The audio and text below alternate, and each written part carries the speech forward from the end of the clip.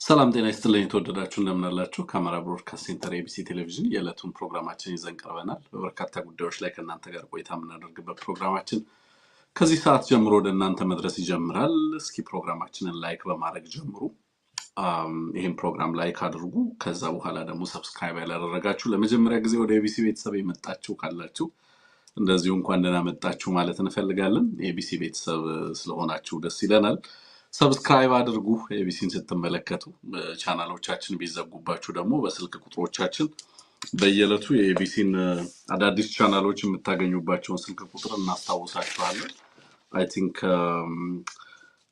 ቴክኒሻናችን ስልክ ቁጥራችንን ትልክልኛለህ በየጊዜው ማስታወስ ይጠበቅብኛል ወይ ደግሞ መዝግብ የሚያዝ ይጠበቅብኛል ስክሪኑ ላይ ግን አልመለከተውም ስለዚህ ላክልና ቁጥሩን ለአድማጭ ተመልካቾቻችን ነግራችኋለሁ በዛ ቁጥር በየለቱ ፕሮግራሞቻችንን የዩቲዩብ ቻናሎቻችን ቢዘጉም በቀጥታ በሱ ማግኘት ትችላላችሁ ከዛ ውጪ በሳተላይት በረምብልና በሌሎች አማራጮች ፕሮግራሞቻችንን የምትከታተሉ ሁሉ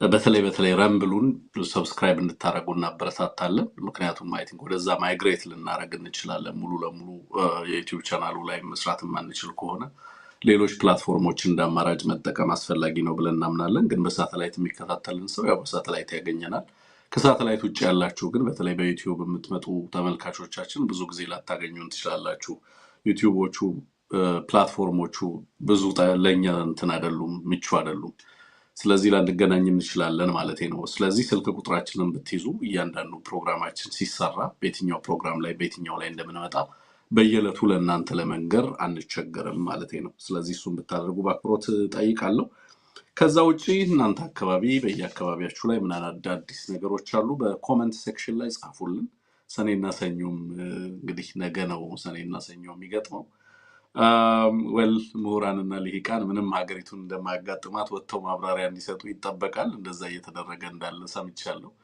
ሰኔና ሰኞን ቢቻል ሰኔና ማክሰኞ እንዲሆን ማድረግ ይፈለግ ነበር አገዛዙ ዘንድ ግን ያው ተሳካ አይመስለኝም ሰኔና ሰኞ ከመሆን አገዛዙ ሊያስቆመው የቻለበት ሁኔታ የለም አለስ ሌላ ቀመር ካልተከተሉ በስተቀር ሰኔና ሰኞን ከመግጠም እንደማያስቆሙት ሁሉ በኢትዮጵያ ውስጥም ለውጥን ከመምጣት እንደማያስቆሙት በዛው ልክ መናገር ያስፈልጋል ብዬ አስባለሁ ስለዚህ የየራሳችሁን የየአካባቢያችሁን ተሞክሮ ጽፉልን ደስ ይለናል ይሄንን በተመለከተ ዛሬ በጣም ብዙ ጉዳይ እንነግራችኋለን በዋናነት ትኩረት አድርገን የምንነግራችሁ ሁለት በነገራችን ላይ ፋኖ ደብረ ሊባኖስን ተቆጣጥሯል የወረዳ አስተዳዳሪዎቹንም ሴት ደብርና ውሻ ገደል ነው ውሻ ገደልን እንደዚሁ ተቆጣጥሯል እንደምታውቁት ደብረ ሊባኖስ በጣም ታሪካዊ ነው በበርካታ ታሪካዊ ክስተቶች የተከሰቱበት በጣም ለብዙ ሺህ ዓመታት ብዙ ክንውኖች የሆኑበት አካባቢ ነው የአማራው ህዝብ ለደብረ ሊባኖስ ባዕድ አይደለም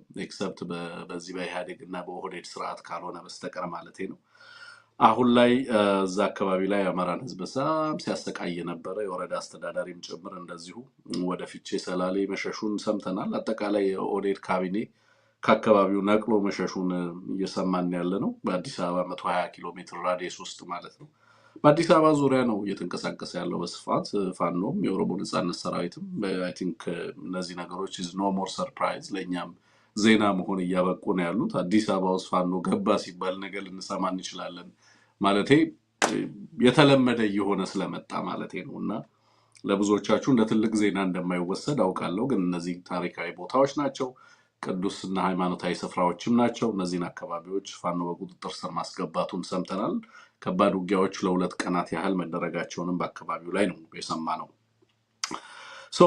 ፋኖ ነክ ዜናዎች አሉን በበርካታ አካባቢዎች ላይ እንደዚሁ ተመሳሳይ ወታደራዊ እንቅስቃሴዎች ነበሩ ስልጠናዎች ነበሩ ምረቃዎች ነበሩ ዛሬም እንደዚህ አይነት መረጃዎች በስፋት ደርሰውናል ከዛ ውጪ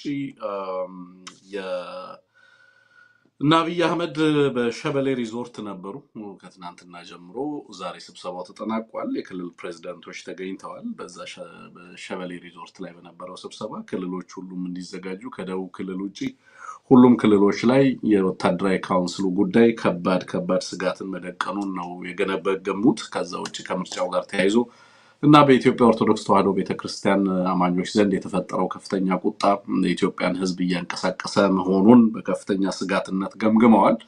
በቀጣይና እንወስዳቸዋለን ያሉትንም አቅጣጫዎች አስቀምጠዋል። እሱንም መረጃ ወደ እናንተ እናደርሳለን። ከሸበሌ ሪዞርት የመጡ መረጃዎችን ማለት ነው። እሱ ነው ዋናው ጉዳይ። የምንገምተውና የምንጠብቀው ነገር ነው። በነገራችን ላይ የብልጽግናን ፓኒክ ሞድ ውስጥ ነው ያለው። ከምርጫ በኋላ አንድ አገዛዝ መረጋጋት መደላደል ሲፈጥር ነው አይደለም ብዙ ሀገር ውስጥ የምታውቁት በምርጫ ማግስት ጦርነት የሚጀምር አገዛዝ ብዙ ሀገር ላይ አታውቁም። ብዙ ሀገር ላይ ሰምተንም አናውቅም አይደል። ብልጽግና ግን በፍጹም የተለየ ነው። በምርጫው ማግስት በከፍተኛ ደረጃ ስጋት ውስጥ እንዳለ የገመገመበት ቀጣይ አቅጣጫዎችንም በተለይ ክልል ፕሬዝዳንቶች መደረግ አለባቸው ስለተባሉ ነገሮች አቅጣጫ ተቀምጦላቸዋል።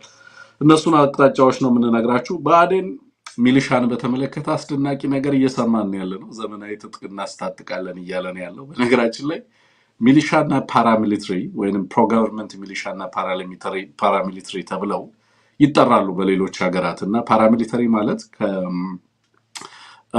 ከመንግስት መዋቅር ውጭ ያለ ግን ደግሞ በመንግስታዊ መዋቅር የማይመራ ግን ደግሞ ሌላ የጸጥታ መዋቅር ማለት ነው። የስቴቱን አፓራተስ ሪፕሌስ ለማድረግ ስትፈልግ ያለውን መንግስታዊ መዋቅር ለመተካት ስትፈልግ ሌላ ፓራላል ወይንም ደግሞ ተጓዳኝ መዋቅር የጸጥታ መዋቅር ታቋቁማለህ። እሱ ፓራሚሊተሪ ይባላል። ለምሳሌ አሁን እነ ሽመልስ አብዲሳ በየዕለቱ የሚያቋቁሟቸው እነ ኮሬ ነገኛ፣ ሪጴ ሎላ ምናምን እየተባሉ የሚጠሩ መዋቅሮች ናቸው። ከዛ ውጪ ሚሊሻ ግን ኢንፎርማል እንደሆነ ነው የምናውቀው። ኢመደበኛ የሆነ ሉዝ የሆነ በመደበኛ ህግ የማይመራ እና ብዙ ጊዜም በማህበረሰቡ ተሳትፎ አንዳንድ የሆኑ መደበኛ የሚባሉ ለምሳሌ ምርጫ ማስፈጸም ወይ ሊሆን ይችላል። የአካባቢን ራውንድ የምንለው አለ አይደለም። ሰዎች ማታ ማታ እየወጡ የጸጥታ ሁኔታን ለመጠበቅ ምናምን አካባቢዎች ላይ የአጭር ጊዜ ዲፕሎይመንት ሊሆን ይችላል። ለምሳሌ መንገድ ማሳለፍ፣ እንደዚህ አጫጭር ተግባራትን የመደበኛ የጸጥታ ኃይሎች በሌሉባቸው አካባቢዎች ላይ እነዛን ጋፖች እንዲሞላ ነው ሚሊሻ ይደረግ የነበረው። የአማራ ክልል ግን ከዚህ በተቃራኒ እጅግ አስደናቂ ነገርና አስደናቂ ቁመና የያዘ ይመስላል። ሚሊሻ የክልሉ የመደበኛ ጸጥታ ኃይል እየሆነ እሱን እየተካ እንደመጣ በግልጽ እየተመለከትን ያለ ነው። ይሄንንም ተከትሎ እንግዲህ ሚሊሻውን በዘመናዊ መንገድ እናደራጃለን እያለ ሌላኛው የሚሊሻ አደራጅ ምክትል ጠቅላይ ሚኒስትር ንግግር ሲያደርግ ሰምተናል። የእሱንም ንግግር አንድምታ እንደዚሁ ወደ እናንተ እናደርሳለን። ሌላው በጣም አስገራሚ ነገር እየተመለከትን ያለ ነው። አፍሪካውያን ኢትዮጵያ ውስጥ የተካሄደውን ምርጫ በተመለከተ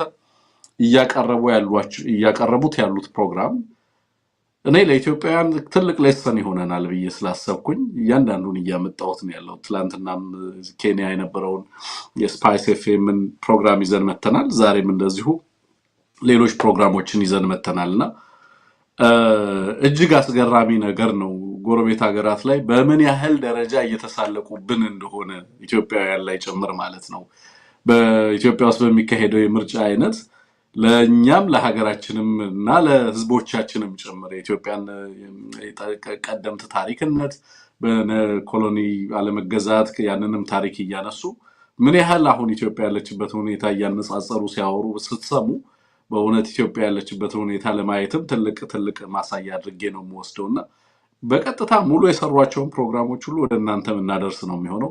እሱን እናስኮመክማለን ብዬ አስባለሁ። አብረን ምን ማለት ነው በእውነት ከዚህ ምን እንማራለን እንደ ህዝብ እንደ ሀገር የሚለውን ነገር እንመለከታለን። ከእናንተ የምንፈልገው ነገር ፕሮግራሞቻችንን ላይክ እያደረጋችሁ ትላንትና በነገራችን ላይ እንደዚሁ በኦሮሚያ ውስጥ ስለሚደረጉ ግድያዎች፣ በክርስቲያኖች ላይ የሚደርሱ ጥቃቶችን የክልል መዋቅሮች በተለይ ኦሮሚያ ውስጥ ያለው የክልል መዋቅር መንግስት አማራውን በመግደል ረገድ የነበረውን እንቅስቃሴና ሚና ባለፉት በርካታ ዓመታት የነበረውን ሁኔታ ጀዋር በአንድ ፕሮግራም ላይ ኩሽ ሚዲያ ላይ መሰለኝ እዛ ላይ ሲያነሳ ሰምቼዋለሁ ትላንትናና በጣም የገረመኝ ነገር እነዚህ ሁሉ እልቂቶች ሲከሰቱ እስከዛሬ ድረስ እነዚህ ነገሮች በአደባባይ በይፋ ለህዝብ እንዲደርሱ አለመደረጋቸው በጣም የሚያሳዝን ቢሆንም አሁን ላይ ግን እነዚህ ነገሮች እየሰማናቸው ያለናቸው እነማን ናቸው የዚህ ግድያ ባለቤቶች እነማን ናቸው የሚፈጽሙት የሚለውን ነገር ህዝባችን አውቆ ራሱን አደራጅቶ ራሱን መመከት ከጀመረ በኋላ እነዚህን ፋክቶች ማወቃችን በእውነቱ እጅግ የሚያሳዝን ነው። ቀደም ብለን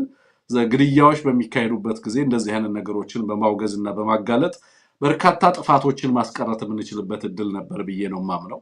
አሁን ላይም ዘግይቶም ቢሆን ግን እነዚህ መረጃዎች መውጣታቸው በራሱ ጉዳት ያለው ነው ብዬ አላምንም።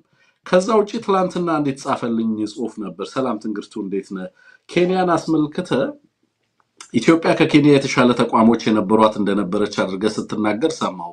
በእኔ እምነት ይሄ የተሳሳተ አመለካከት ይመስለኛል ይላል ጸሐፊያችን።